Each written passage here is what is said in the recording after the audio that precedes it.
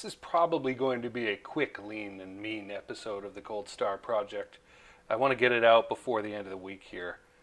And it's about something that I've been thinking about a lot lately, which is that the biggest areas of where you're going to get the biggest bang for your buck in improvements on in your business are likely to be things that you will not see because you already think they're taken care of. The stuff that you want to look at as a CEO, as a director, as a chief executive, a founder, is usually the tire fire stuff, right? The bonfire in front of you. It's putting off a lot of heat, a lot of smoke, a lot of color. It's visible, right? But there may be something far more insidious, something buried. Maybe not too deep under the surface, but you're just not looking there anymore because you have this belief that it's already taken care of. Now, there's two sides to this. One side that I thought of immediately, and then a second thought, another side that struck me a day later as I was thinking about this. The first thought is, as the business owner, founder, CEO, executive, you're just too darn busy, right? And you're tied up with people running at you. Remember in other episodes I've mentioned Patton talking about direct reports, right? People coming to you with reports about situations. And they're always wrong. They're either wildly optimistic or totally depressive defeatist. There's no in between. There's no, the war is going okay.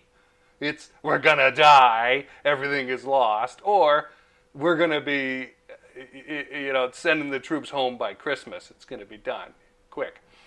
There's no in between here. So that is already smashing you in the face and adjusting your perception, and you may not even be aware of that. Secondly, you got the bonfires raging right in front of you, and everyone likes to deal with the bonfires.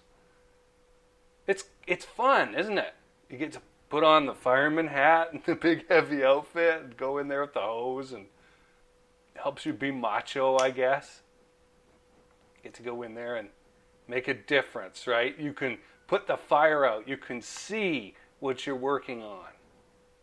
And that's great, but this is where the second part comes in, that second thought that I had. In terms of capacity for the organization, was dealing with that bonfire, that big tire fire that's been going on probably for quite some time now, really the place where you got the biggest bang for your buck as far as improvement goes?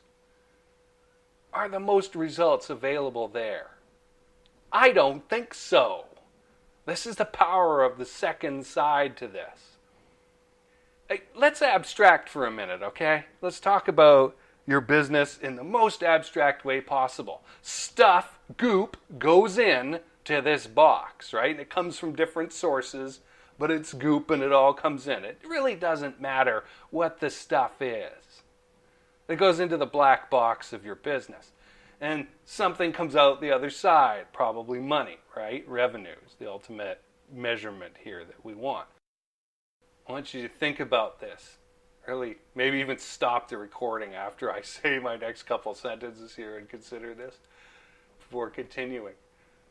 That stuff is already working, right? You think about a pipe. It's got a diameter. There's a flow going through it, right? The bonfire, the tire fire, didn't have a pipe, really. Or if it did, when you fixed it, zero was going on over there, right? With the tire fire. Nothing. And so by cleaning that tire fire up, did you actually increase capacity for the business? Flow through, goop going in, and money coming out. Did this actually happen? Because I don't think it did. I think you pleased your ego and you looked like you were fighting a fire. It was very heroic, and I'm sure you got some great pictures, i.e. stories, you could share. Everyone loves those, right? But really, did you increase the size, the diameter of the pipe? As I thought about this, it went back. My memory went back to a factory that I was managing there was a lot of sewing going on in this factory. We made like Gore-Tex jackets and backpacks and stuff like that, you know. And so part of what I wanted to do was take people who were no good at sewing and turn them into sewers. I thought a training program, this is when I was like 25 years old, 26 years old. We're going back a while now. This is a big lesson learned for me early on, which apparently I forget about from time to time because I had to rethink about it in the here and now to tie it together with this thing that we're talking about today. What I found out was you really couldn't take the people who had no real inclination for sewing and turn them from crappy sewers into good sewers. You just couldn't do it. It would take too long. It wasn't profitable. They just kind of sat around and made little crappy designs with the thread on these pieces of construction paper. I mean, it's been almost 20 years and I remember this. It was embarrassing as a manager, as an initiator of a project. Now the people who were pretty good at sewing and were churning out decent piecework levels, I could take them and turn them into superstars. And I later found out that I could do this in the sales field as well, with salespeople. It's a lot easier to take somebody who's doing okay at selling and just needs a few pointers in that, you know, change in perspective, different way of looking at things, couple techniques, some feedback on mechanics, that kind of thing, and turn them into somebody with a 10 or 20% improved close rate, than to take a business owner who is a technical person, fish out of water when it comes to actually talking with people, and turn them into some sort of sales superstar. You can't do it. Or it's going to take like 4 years, no joke, of studious effort, which they probably are not going to stick to because it's so much easier not to. So bring this back to the abstract example of the goop coming into the black box and money coming out the other side, and there being a pipe in there.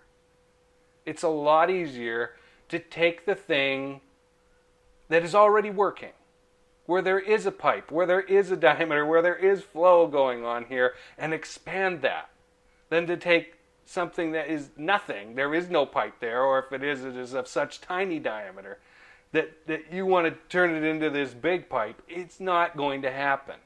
And so if you go, well, most of the business is working and this area over here is fine, and I know it's fine because I'm making money, and so you don't look there anymore, there's the problem. You've put your blinders on and screened out the potential huge opportunity, probably the biggest opportunity for improvement in your business in doing so. Does that make sense? Because something's already happening there. Things are already working there. It's a lot easier to double that, right, and get a result than it is to go to the tire fire and try and turn that into an effective, productive process. As enticing, as mesmerizing as the bonfire may be.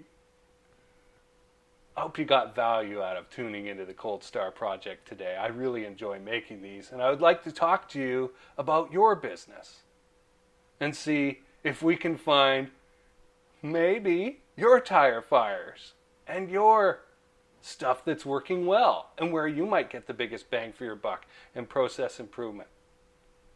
I look forward to talking to you if you believe that's the case.